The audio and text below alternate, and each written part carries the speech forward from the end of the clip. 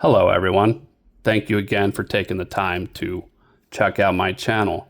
First, I want to give a shout out to John over at the Mangini Collection and Dylan over at Double D Vintage Baseball Cards. Both of them took a moment to do a community post shouting out my channel. I did not ask for that, but I greatly appreciate it. For me making this channel, it's all about sharing my love for Japanese vintage cards. Now I do collect other eras of cards as well, but this channel focuses specifically on that. And the whole point of this is to share some great cards, my love for the cards, and I hope to be able to inspire others to want to at least try getting into Japanese vintage cards. I think it's a great outlet for anyone who likes history, likes vintage, likes rarity, Hall of Famers, just name it. This checks off the box for a lot of things. And with how expensive cards are today, this is a great outlet.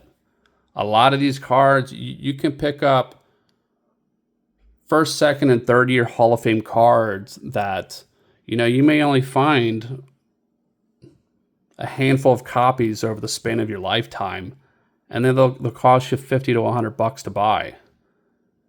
Where else can you do that for that kind of rarity and that kind of an importance to a card?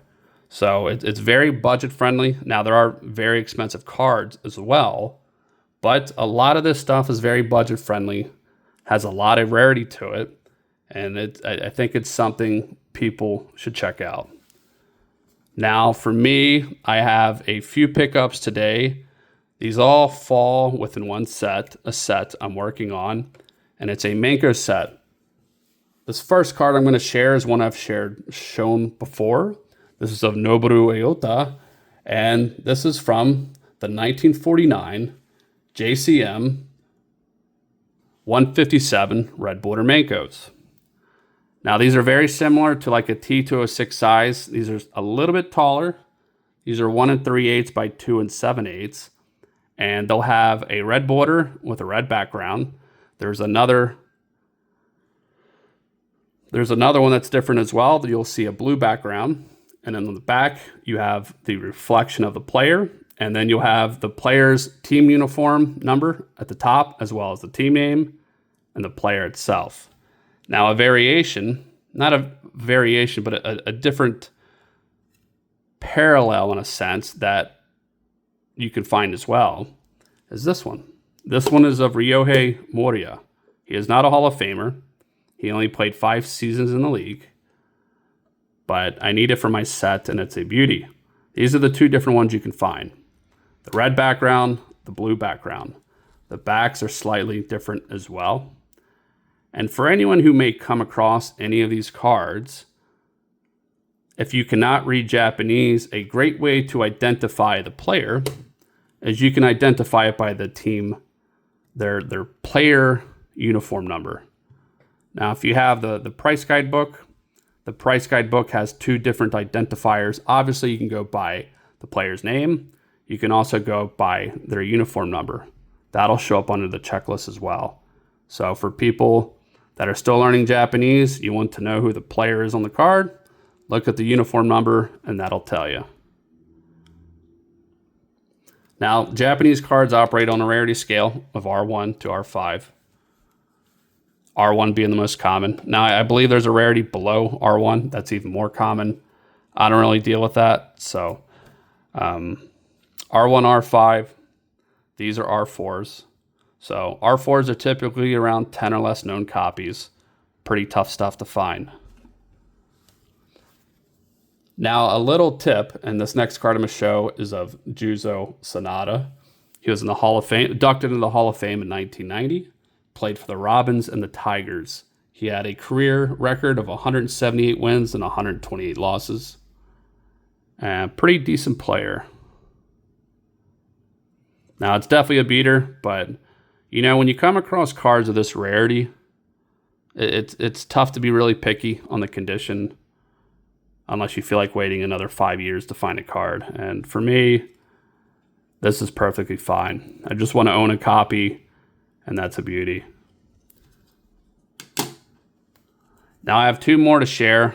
Some very, very cool cards. An interesting story. Both of these guys are kind of linked together in a sense in the history books.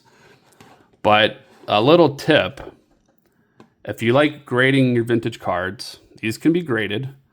But for any Menko cards, now for anyone unfamiliar with Menko cards, the majority of Menko cards originate from uncut sheets. So the only way to get individual cards is cutting them from a sheet. Now some of them will be a sheet of 2, a sheet of 4, or a sheet expanding more than a 4. But for some reason with SGC, unless that cut is perfect from the sheet, they will label it as trimmed. So if that's something that'll bother you, I would avoid SGC when it comes to Menko cards.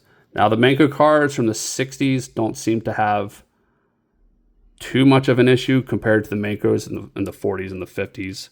But just keep that in mind if you are going to grade them. Now the next two I have up, I'm going to share them together.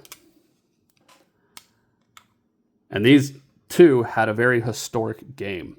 This one is of Michio Nishizawa, and this is of Jiro Noguchi.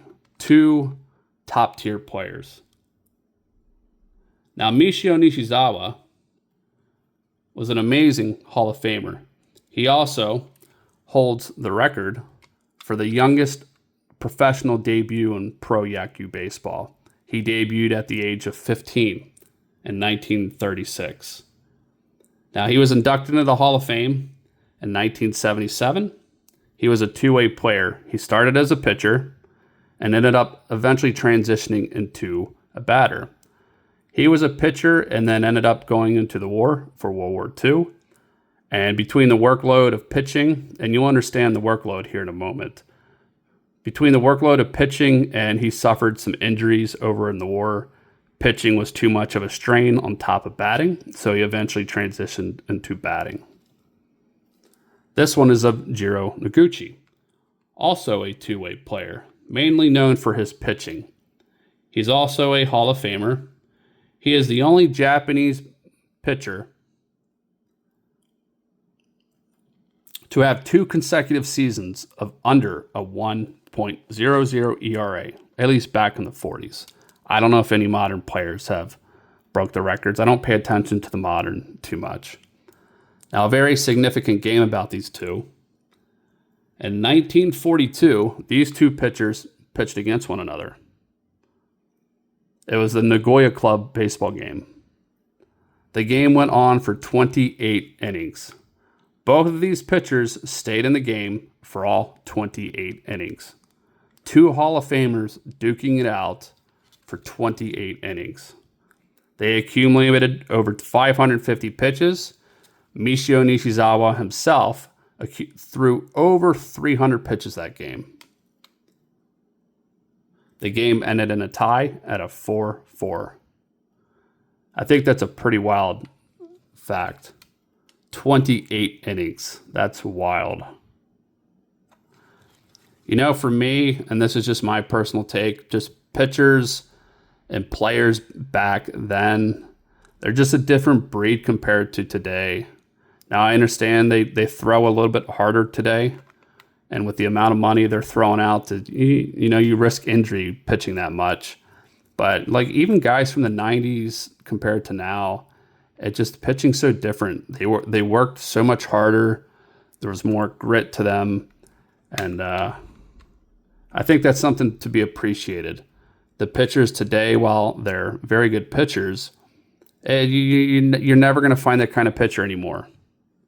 Guys, I mean, people talk about history when a guy throws a complete game now. Back then, that was on the regular every night. So these are two great Hall of Famers. These are the 5 cards I have for my set so far. A fantastic set and a beautiful set. But I hope you enjoyed that. Oh, one more thing.